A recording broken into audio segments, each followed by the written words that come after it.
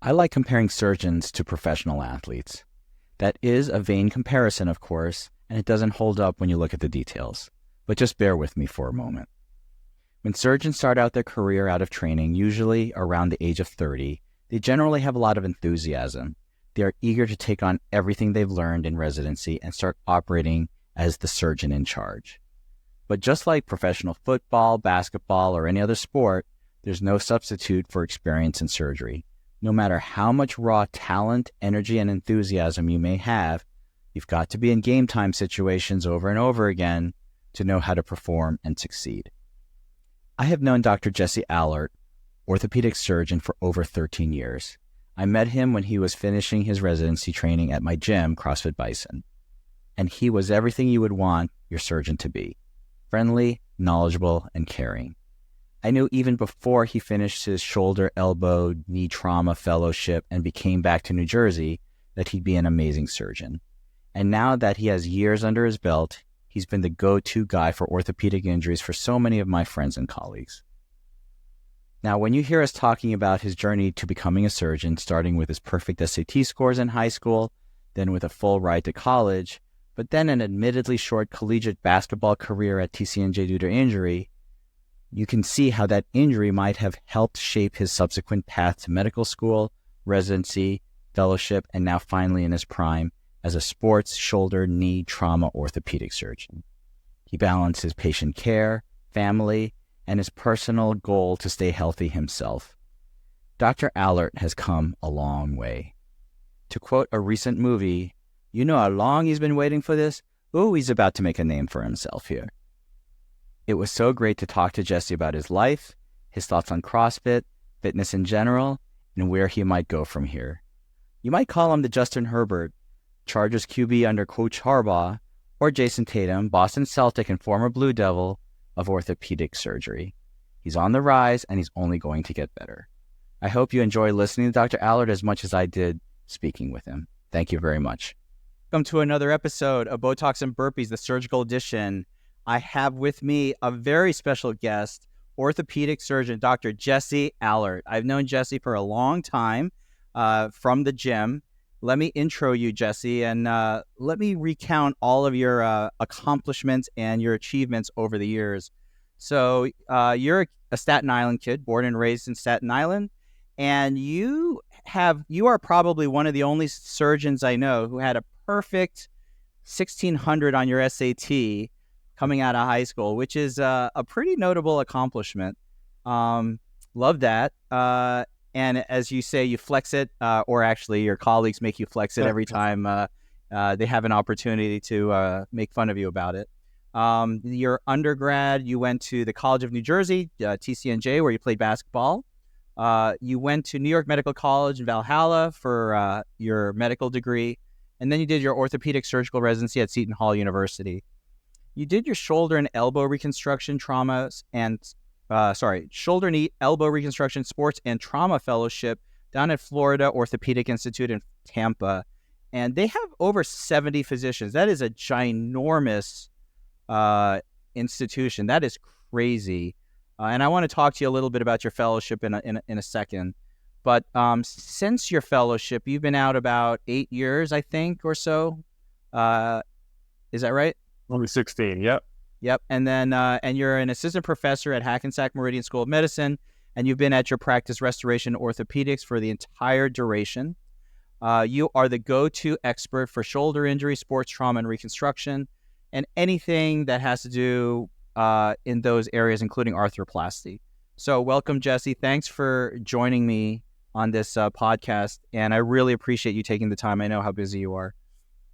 So I will give you a formal thank you for your invite. It's scary to think that I'm almost 10 years in practice, number one. It's also scary to think that I've kind of known you for, I think, almost 13 or 14 years. So I don't know exactly when Bison started, but I remember you were always the resourceful person in the gym that had Dermabond in his car at all times.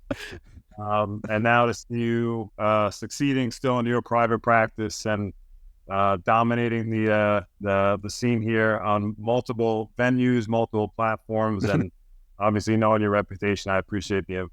So happy Thank to be you. here. Well, I know we keep you busy at our gym in terms of supplying you with no end of patients, and I want to get your thoughts in a little bit later about what you think about CrossFit and in your line of work. But let me first talk to you about your training and what got you into orthopedic surgery. So, let me ask you just straight up, why ortho? What made you go into ortho, and what was it that appealed to you about it? So always a complex answer. I don't have a specific reason, I guess.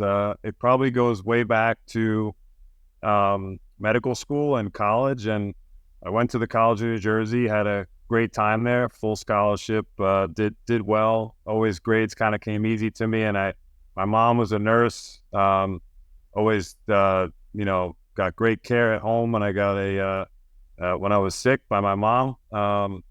And then since you brought up the SAT score, I'll be fully transparent and say, when I first took my MCAT junior year in college, I kind of thought I was going to just do well and didn't work very hard at it. And I paid the price on my first MCAT.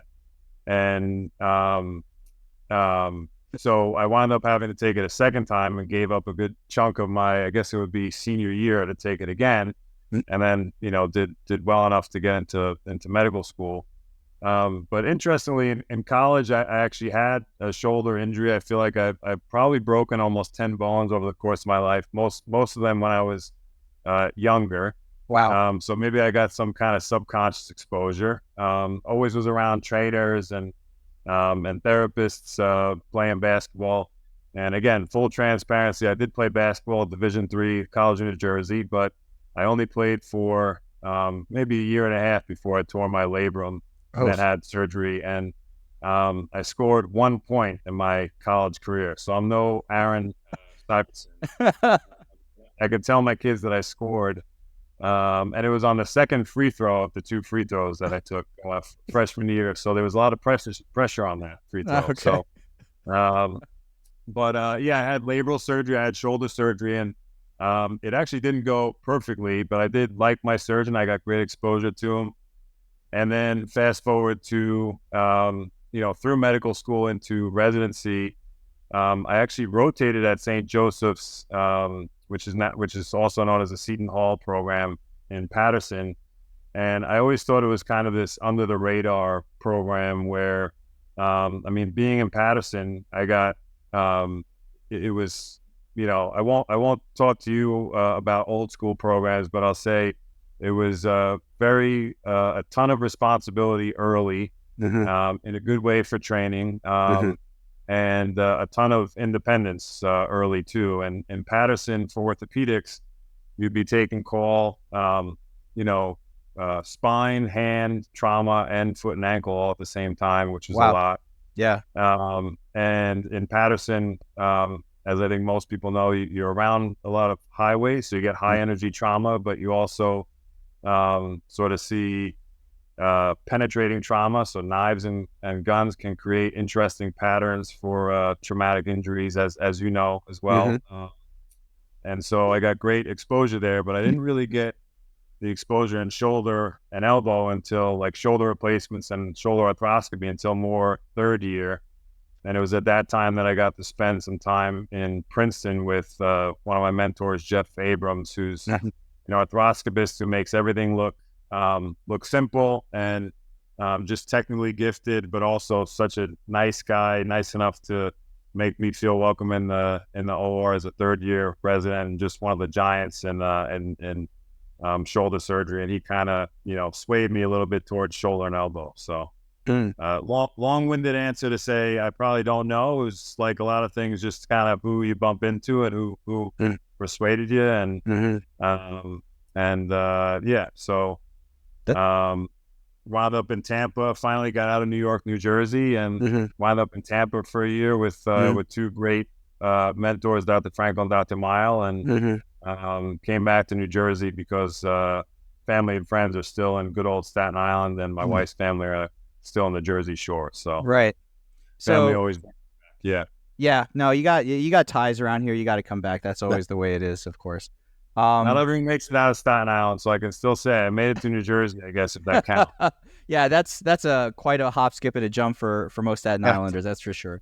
But so at this point, you have been into practice for about 8 years now, and I know 8 years in, I felt like I really started to get a handle on a lot. Like, you know what you're doing for the most part when you're coming out of fellowship. But when you start operating a lot independently and doing a lot of cases, and you're constantly seeing a lot of pathology, you really start to develop your own style, what you like, how to be, really refine and hone your technique.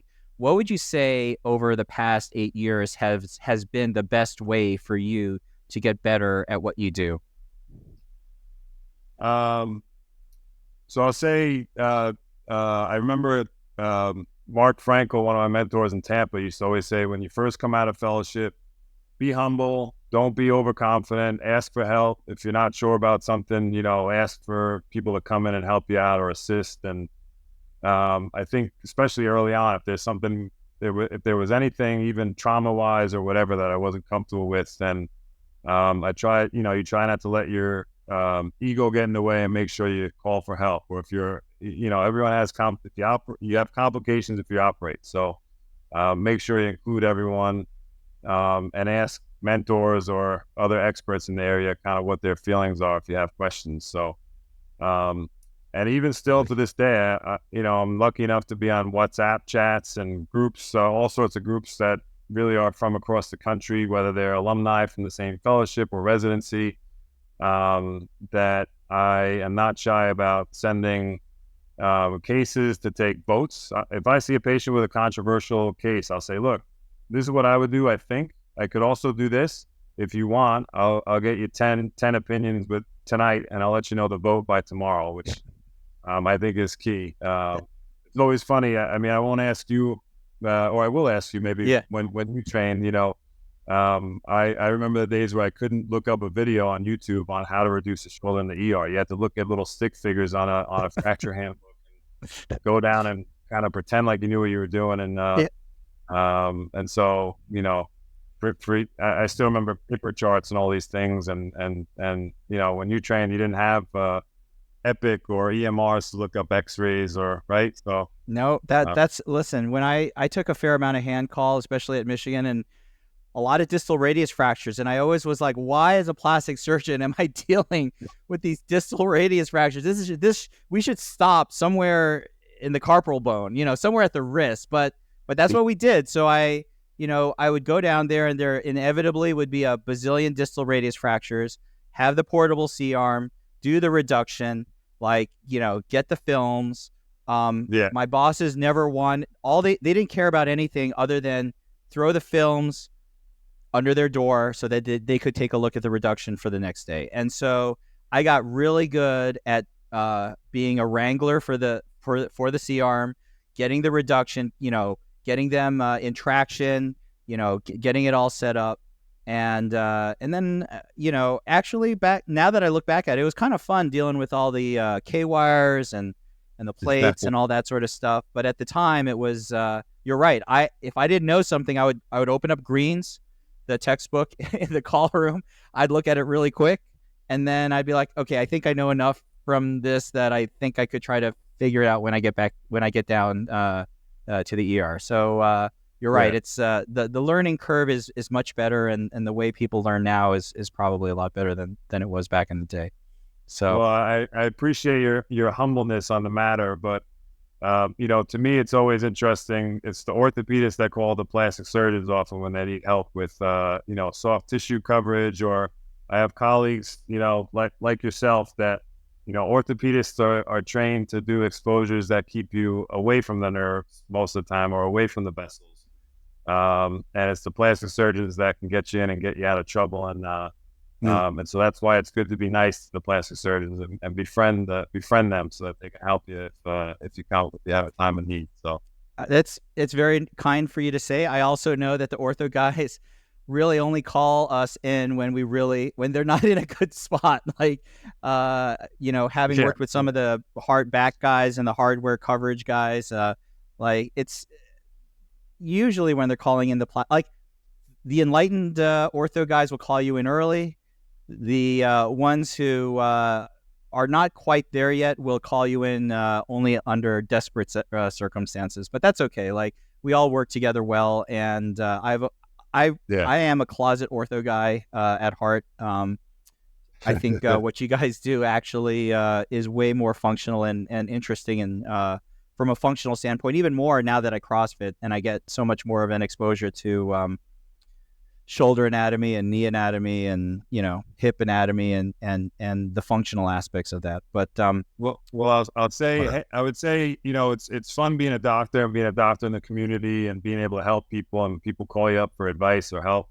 I would say probably about half the phone calls I get from my from town or from friends of friends, I get my number, and I always say give me a call after whatever. Half of them are maybe for a broken ankle, but the other half are for lacerations. They got a cut on the lip or the face, or and they want to know a plastic surgeon to call. So it's good to know the plastic surgeons like yourself. So very true. I'm always available and happy to help people if they're in need for something like that, for sure. I just saw someone this weekend who smashed their finger on a dumbbell, so I was happy to help with that too. Yeah. So yeah. So at this point, what are one of your favorite surgical procedures to do? What do you really enjoy? Like, what do you really enjoy doing in the OR at this point? Well, luckily, I still like shoulder surgery, which is nice since that's where the fellowship in. And I think when you think about shoulder surgery, it doesn't sound like a broad scope or like you have to have a broad breadth of knowledge or expertise to sort of focus on this area. So, but I like being able to do open surgeries like shoulder replacements, but also being able to do arthroscopies like rotator cuff repairs or labral repairs. If I had to choose one in each, I would probably say arthroplasty. I think there's nothing. I think it's a fun case technically, but I can usually, just look at an X-ray before you walk in and say, I can help this patient reliably. And I think the mindset is you see these people that have had pain for a decade or so, or 5 to 10 years. They're used to living with pain. They forget what it's like to have a smoothly articulating joint. And then, a week after surgery, usually they sort of say, look, I didn't have as much pain as I thought I was gonna have, because they're used to living in pain. Their mindset's different. And then a week after, they're kind of feeling better with it. So shoulder replacement's great. And then probably labral repair surgery. So, shoulder dislocations in the athletic population or the younger kids. I always say it's interesting because it's one of the few things that we're more aggressive about fixing, because the literature is so strong about decreasing the recurrence for instability in teenagers or athletes in their younger 20s. So and again, I had labral surgery when I was younger, so I kind of know the goods and bads. And I had an implant put in more than 20 years ago that when it first came out, they thought it sounded cool because it was an absorbing anchor. But what they didn't know at the time was that when it absorbs, it leaves a giant cyst in your socket. So I've actually had a recurrent injury, which I won't bore you with details of, but where it fractured through the glenoid. And so I also think I have unique insight into implants and how to, try to avoid complications, but absolutely. Yeah. I know a lot of people who have labral tears, so they just kind of live with it. Is this something now that the literature is saying maybe you should be more aggressive about addressing them? Because I didn't know this, like, back in the day. Like, I thought a lot of people just kind of tried to manage it non-surgically. Yeah. I would say there's different types of labral tears. So I think for the labral tear that I had, I did not dislocate my shoulder when I was in college. I was lifting weights, watching myself in the mirror, get a nice pump with like a 10-pound dumbbell. I wasn't even doing anything interesting. and I just felt my shoulder give way. I was not lifting Sam Ree weights, and I just felt my shoulder give way, and I didn't have an opportunity to try physical therapy, and I probably should have. And honestly, if I saw my injury now, I wouldn't have recommended surgery. So the surgeries that we're usually a little bit more aggressive in recommending are complete dislocations, where you're nervous that somebody's just going to continue to dislocate. And but yeah, I mean, now I have a labral tear on my left shoulder, and I I'm still able to do most activities and do pull-ups and not as many as I was able to do when I was and Chris, but yeah, I mean, labral tears, I think it depends on how much it's bothering you. If you have instability, if you don't have instability, then you can absolutely leave it and leave it alone. So Okay. yeah, it's interesting how the literature has shifted, but we both have mutual friends that have labral tears that were left alone and are doing just fine. So now you operate both in your own surgery center, is that right? As well as out at other hospitals. So when you set up, I assume it's probably different when you're at a hospital like Valley or Hackensack versus when you're in your own setup. But is there anything that you really like to have or is part of your prep routine as a surgeon to just sort of get you in, locked in or in the mode or ready to go for any particular surgery? I think one of the good things about doing the same surgeries over and over, and I do have a fair amount of trauma in my practice just from taking calls, and I enjoy that, and I have great partners that, if I have a trauma that I don't see very often that requires sort of someone that did a fellowship, then I have Julie Keller to back me up. But when you do the same surgery kind of over and over, it's just nice to have people in the room that know the routine and know how to set up. Now we have a physician assistant that's great, that knows what to prep with, because occasionally, I'm sure, as you know, and not to name, Valley's always been great actually with like preference cards. That's like one of the most impressive things I've ever seen with Valley. Like you do one case there and they have everything recorded, but certainly you get someone who is maybe new to the OR or doesn't know your routine. It's nice to have people that help you set up before you even get in the room, like physician assistant, and I think that's been great. So, what do you listen to in the OR when you operate? So I am still partial to my Staten Island roots and go club dance music. Really? ED. So nice.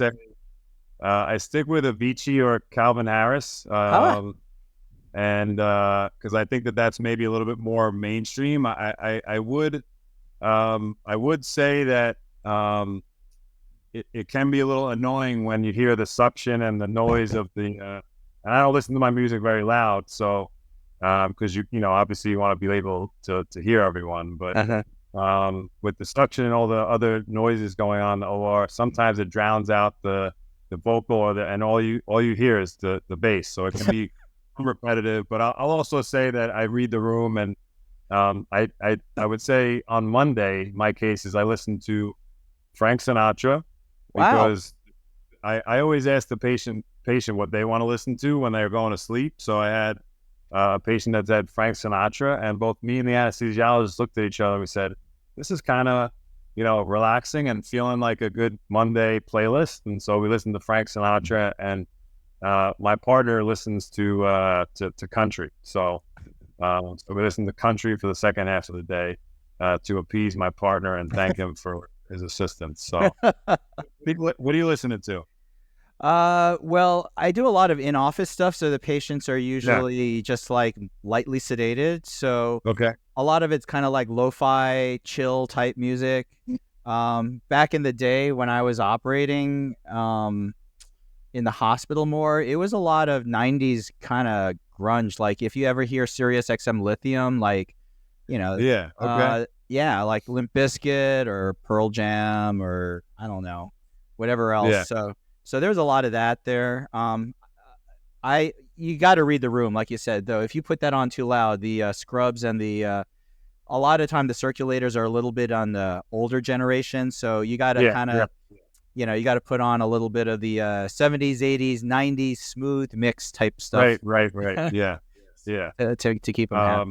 You know, it's interesting for what I don't like silence in the room, so I like to have a little bit of something to, you know, keep everybody calm. And I feel like they had studies about that at one point in the past about, you know, what happens whether you have music or not, and you know, it wasn't like an increased complication rate. So it's not like we're all dancing around the OR not paying attention, but maybe it enhances the flow and the you know, the camaraderie during the case. And I think it's good to have music on personally. Listen, anything that I've heard so many different answers, and I will say, as long as I think if it gets you into flow state where you know what it's like, you're in the OR and it's like it feels like it's 10 minutes, but it's really like, you know, 90. Then you know whatever it is that got you into that sort of state is good. You know, you're locked in. You're just sort of you're not even thinking, like everything just sort of naturally flows for you, like that. You know, and for some people it might be country, some people it might be Frank Sinatra, some people it might be Steve Aoki, who knows, but but I think everyone's personality is a little bit different, so that's why I like asking that one. So at this point you are you're in the prime of your career. You have a family. How do you you're still busy as hell. You're taking call, you're working your ass off, I assume. How do you manage your time? Like, what kind of time management skills do you practice to make sure that you're sort of getting everything done and yet also spending time, you know, with your loved ones and everything else? I'm not sure that I do manage the time great. You have to ask my wife at times. But I think for me, I have a 3-year-old and a 6-year-old at home, and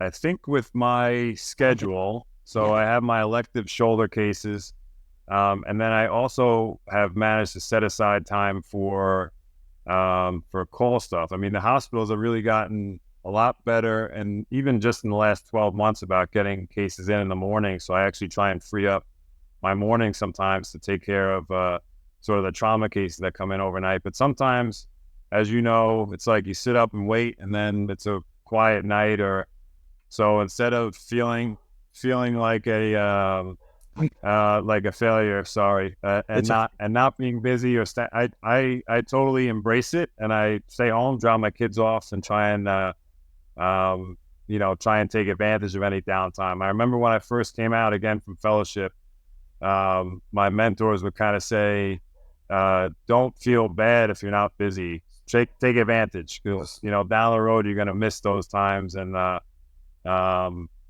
so, yeah, I mean, any downtime, I try and take advantage, and plan ahead. So, you know, the good thing, you're a private practice guy, and kudos to you. I'm still, that's still a work in progress. And as someone who hopes to have a few more decades of practice ahead of him, it's funny to see the landscape change. And, you know, we thought about or had offers to join other groups, but it's still nice to be your own boss too. So occasionally, if I get in the weeds and maybe have a rough week or two, or I can always set aside an afternoon to take my kids somewhere or do something fun. So that's really nice. I might ask you, re-interview in 5 years and see where you're sitting in terms of your practice. I mean, I know a lot of surgeons with private equity or with these really super mega practices, like you're like you said, the landscape's changing. There's a lot of money being thrown around, whether or not that's best for you, your life, or your future practice is always an issue, I think. So tough to predict the future. I give you credit. Do you have any PAs, or you're kind of by yourself, right? Pretty solo. I have a one-man army. Yeah. You can get away with that in plastic surgery, not so much in most other specialties. Let's put it that way. So at least I have my 2 partners to kind of, you know, go along the ride with. But I'm friendly with most of the orthopedists in the area, and when I see them joining a big group that has a big name or whatever, you wonder if the grass is going to be greener on the other side. But I've already seen people that thought it was going to be good, and then quickly realized it was not as good as they thought, and it comes full circle, but you never know. And so I try and play nice in the sandbox and be nice to everyone, because I always joke, I never know who's gonna try and take over the practice, or want to join or join forces or what. So you're absolutely right. And I think I'm not going to name names either, but I'm just thinking of one shoulder guy who joined and then quickly got out, and I think the experience was less than optimal for him. So then what do you do now for fitness for yourself? You look like you've been maintaining your fitness. I haven't seen you at our gym in a while, but I will say you still look like you're keeping up. So what does an orthopedic surgeon do to maintain his fitness? So I will say that whenever I bump into anyone from the CrossFit gym, including yourself, Sam, I am motivated in the back of my head. I said, man, I'm not in good shape. I got to get back in good shape and go back. For me, it's become, I go to the good old YMCA. So I kind of was raised lifting weights in the Staten Island YMCA, and there's a YMCA about 1.5 miles from me, which winds up being a good run to and from. And I'm just doing boring old weights and trying to run, and even swimming. My recurrent injury, when my shoulder started bothering me a little bit in 2021, I took up swimming again. And growing up, high school, it was always my best sport was actually swimming. So I've missed it, and it's actually it's a great escape. So I don't have an Apple Watch that I can take with me in the water. I can't take my cell phone with me in the water, and it's a great escape to be submerged and doing laps. And what I gave up, because I eventually thought it was boring to just swim 300 laps for a practice, and in training, I've actually wound up returning to. So yeah, and I would think that probably is as good of a fitness regimen as anything out there for sure. Yeah. So Are you doing any? Are you doing any cardio? Are you doing any cardio? I just try to lift my barbells faster. That's my cardio right there. Yeah. I'm just kidding. No, actually, Dave has us running a lot these days. I don't know. I think he's trying to turn us all into these high rocks athletes, and so I'm just like, I'm just trying. Like doing a good block. Yeah. So we did a bunch of 400s today. I was like, no thanks.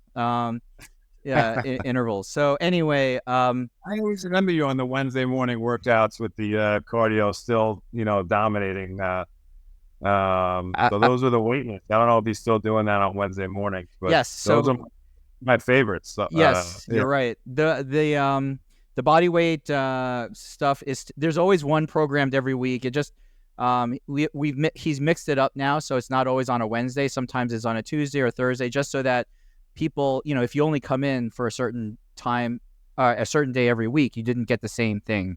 So this way you could mix it up for people. But you're right. I think, the way to get fit, and I truly believe it, is how well do you move your own body, right? It's not like moving an external load. It's really, as you get older, you have to be able to move your own body well.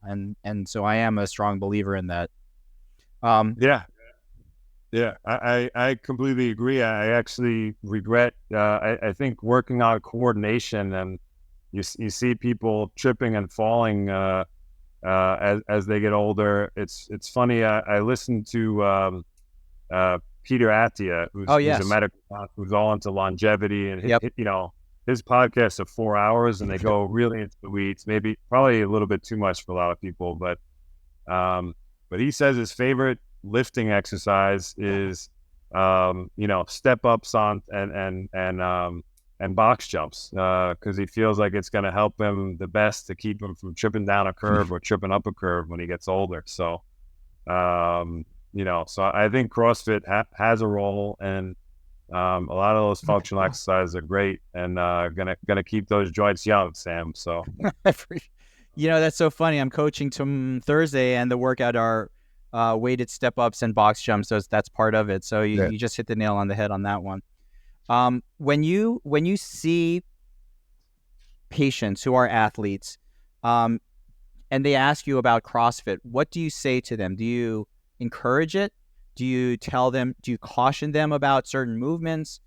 I know you're very familiar with it. That's why a lot of people at our gym and other gyms trust you, is because, like you said, you walk the walk, you talk the talk. You've known, you know exactly what this is all about. So what is your advice when you talk to patients or just anyone interested in exercise? So when I came to CrossFit, I think I was a third year resident, and a lot of the brunt of doing calls was on the earlier side of residency, so first, second, third year. And so I was working hard, not sleeping well, and I'm sure you come home after a long day, and you come home in the morning, and I felt like I earned the brownie a la mode for breakfast when I got home after a long night in OR and running around the ER. So I came, I was probably about, nothing terrible, but probably about 20 pounds overweight. My back was hurting. And so usually what I tell people is, people are nervous about injuries, and you can get injured doing, anything. For me, my personal experience, I stay within my comfort zone. I joined a good gym with people that I still respect and think about. And, I think for me, going to CrossFit, I actually wound up losing weight. My back pain went away. I felt like I was in the best shape of my life. And for me, actually, even with studying fourth and fifth year, and still to this day, I can remember some sort of workout. I think it might have been 100 wall balls. Does that sound like, maybe there's that's 150? There's 150 wall ball workout that that is. So it was 100 wall balls, and I remember looking up at the target, which I think was just like a little red line, not like the fancy gym that you guys have now, but. And I just remember the mental toughness of just trying to just suck it up and keep pushing the wall ball. And I still think of that occasionally when I feel like I'm tired, and this is in all aspects of life, not just surgery, but I think back, I think it creates mental toughness, and so it's a good escape. I think it was good for me. It helped prevent injuries, if anything, and it helped me, it helped with my back pain. I think for me, and I bet you Dave still remembers this about me, but I was probably one of the least flexible people in the gym. So I had to, I had to scale a lot of my workouts, because I couldn't get, I can't do I couldn't do overhead squats, or I was nervous I was going to hurt something. So for me, it probably would not have been smart to be lifting heavy weights with an overhead squat, because I'm not flexible enough. It's just not in my genes. I've tried and so, it must be something about the TCNJ basketball players, because Aaron was exactly the same way as you. So it must be the college you guys went to or something. I don't know. But I think CrossFit's great, and I think I still have patients that do. I was encouraged to do it by two orthopedic surgeons that were both in probably the best shape of their life, and they were 10, 15 years older than me. And then I met Nick Benedetto, and my wife was friends with him, and I came and gave it, and I thought it was great. That's I awesome. think it's great. So, and of course, everything does have some risk to it. So you do see patients who are CrossFitters who have, say, shoulder issues. Now, as a surgeon, I know most surgeons just want to operate. They don't want their clinics filled with a bunch of non-operative people that don't need anything, that are just kind of sucking up your time. So, like, what is your ideal clinic day in terms of, like, when do you want to see patients with shoulder injuries? Like, it's not like when they first feel a little twinge, I assume. It's like, at what point are you like, you know what? You don't need to see physio or PT. You need to come and see me. Like, at what point is it that you're like, yeah, you gotta give me a call for this?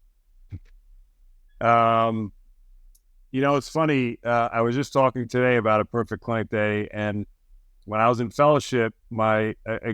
Frankel used to see his shoulder replacements back annually, and they probably didn't need to come back. There was nothing new that he added. They just kind of had a conversation. And he said selfishly, it's nice to see your patients come back annually to remind you that you success out there and you've helped people, because ultimately, your clinic becomes filled with patients with injuries or patients that have maybe complications or issues, because those are the people that want to come back. Once they do good, they leave, they don't want to come back. But so that, I was just thinking of that today. But as far as injuries, I mean, we have a physician assistant that helps us see sort of some of the stuff that are a little bit more non-operative, or but I still see people that say, I don't want to come, I don't need to come to you. You're a surgeon and I don't necessarily want surgery. I mean, some of the best relationships I have are with physical therapists or,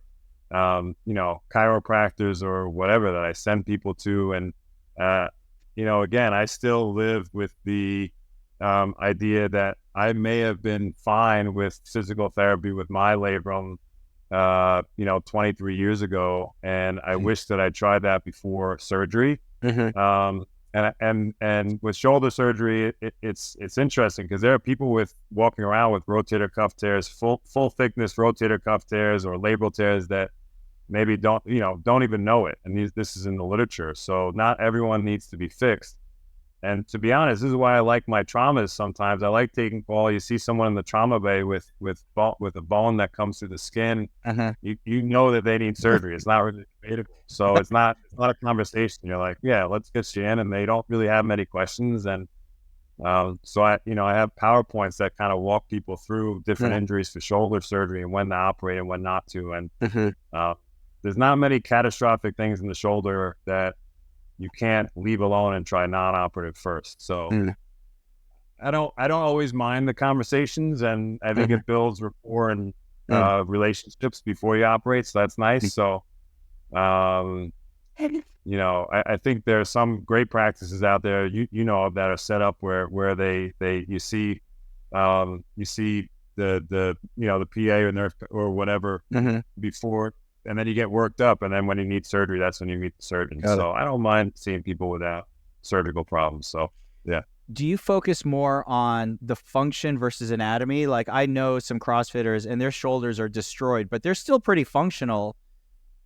But I think but maybe for the long term, they might benefit from actually doing something instead of just kind of, gutting it out. Like, what's your philosophy on that? Function versus anatomy,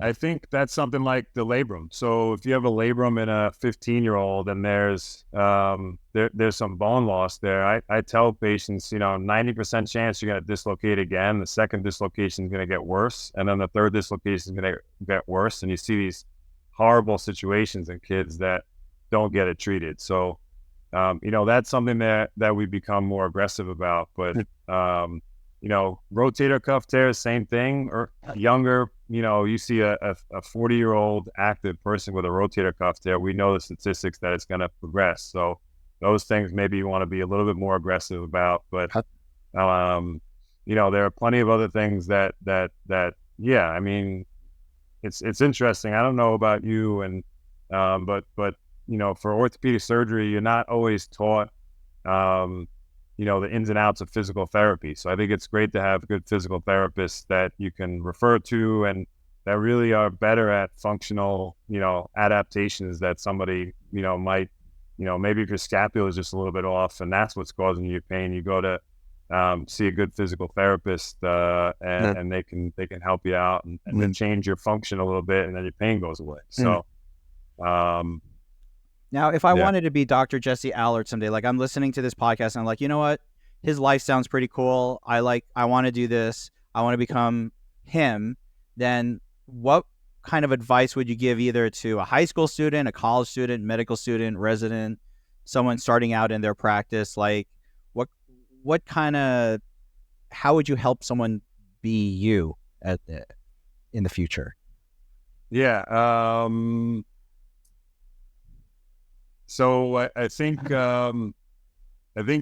stay humble, network the heck out of yourself, and be nice to everybody. I know that's probably, super cliche, but, I was talking with you off air, and I said, you interviewed me to give me my privileges at one of the local hospitals. I said, man, I'm glad Sam doesn't hate me for, I don't know, bad mouthing CrossFit or what, which I didn't do. Right. I'm glad so it's I could think of so many times where networking was really key. I mean, that's key in life, key in orthopedic surgery, key in whatever. And again, right now, I like to say that the people in my department I get along with. I think it's and so it doesn't take a good score on an SAT. You can make it in other ways. So I was about to say, do you have to get a 1600? Because that might be a little rough for some people to try to have to. Sometimes you get lucky, Sam. Yeah. So, well, so yeah. I mean, I would say, having known you for all these years, yes, I would say, and I don't know if that's intrinsic to you or that's something you developed. I think that's actually part of your personality. You're someone who does relate very well to a lot of different people. You have a personality that's very engaging. You are really humble. Like, I mean, you sell yourself short about your athletic ability and what you've done. Trust me, I know, because I've seen you work out, and so I feel like that's really good advice because yeah, I do. Like, there's no doubt. I remember seeing you in credentials saying, I know him. He's a really great guy. He's not just to me, but when I saw you interacting with everybody else, that's really more important. It's not like you're a suck up to like the big guys. Like, you just were nice to anyone that was there. It didn't matter if you thought they were above you or below you. Like, you just were yourself, which, really carries people a long way, actually, I think.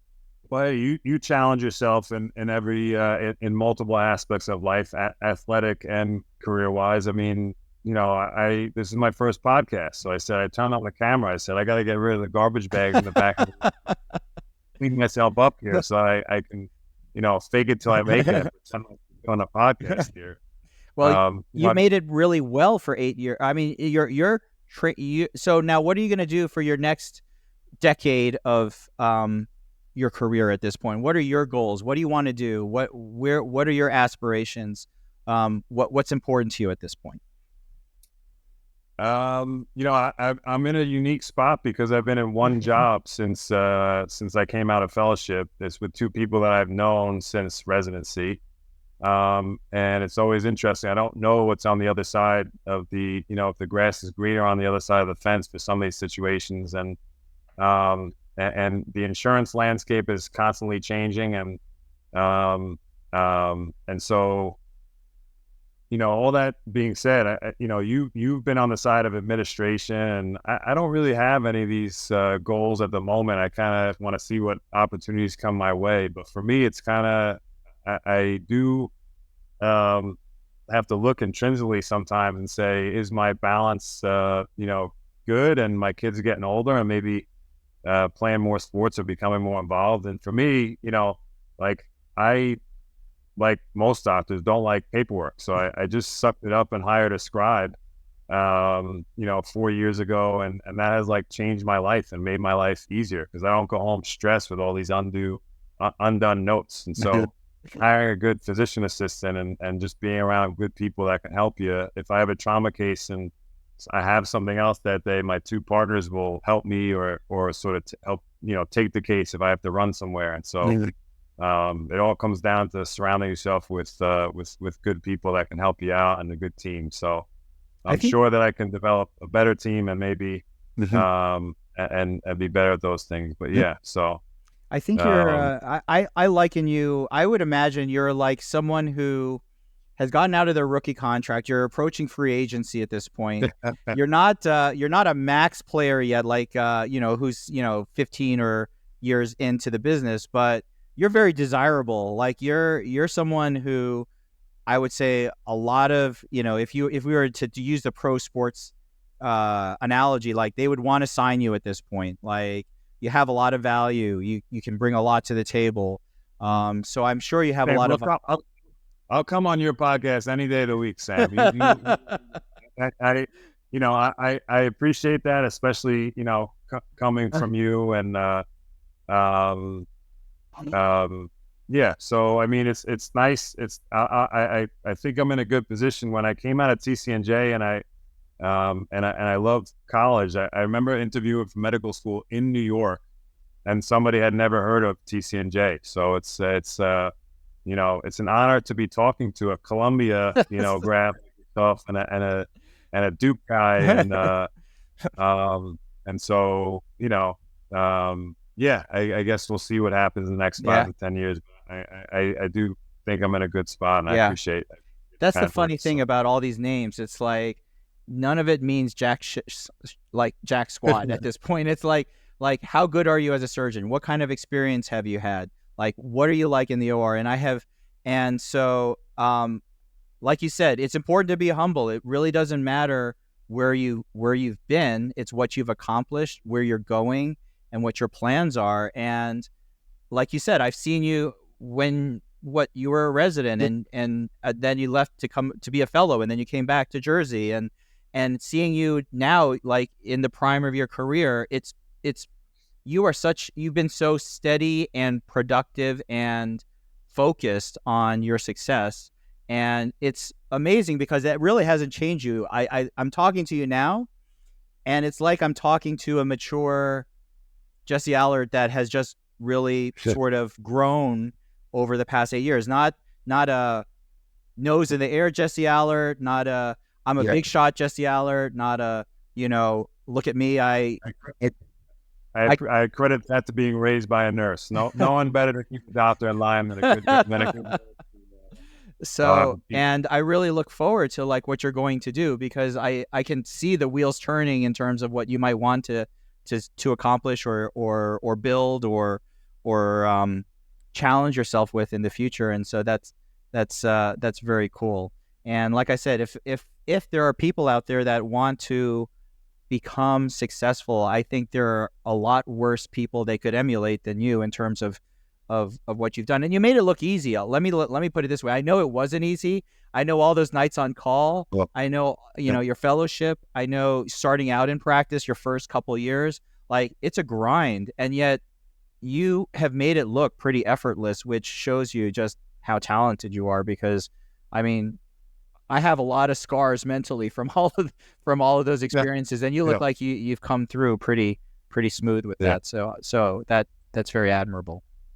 Well, it helps to have good role models, Sam. So, people that have been around for a few decades. So, all right. So I appreciate that. Well, Jess, enjoy your kids also. I would say 6 and 3 are pretty special. It's a pretty special time. I know you're into sports. What kind of sports are they doing right now for you? Soccer and dancing and baseball. So, wow. Which is funny. So, yeah, I'm trying to get them into swimming or basketball. So, yeah. Okay. That's really cool. Yeah, not quite the carousel like some other people have with driving their kids around like better than I do. You're the better at parenting. So yeah, and you're that well. So I appreciate that. So Jess, it's been awesome. Thank you so much. I look forward to seeing you in person around soon. And like I said, Restoration Orthopaedics. You're 113 West Essex Street, Suite 201, Maywood, New Jersey. Shoulder, like sports, trauma, reconstruction, arthroplasty. Like if I hope I never need surgery ever in my life, but if I ever have a problem, you're the first person I'm going to be talking to about it. I appreciate the time. Appreciate the kind words. Thanks so much for having me, Sam. All right. Thank you so much, Jess.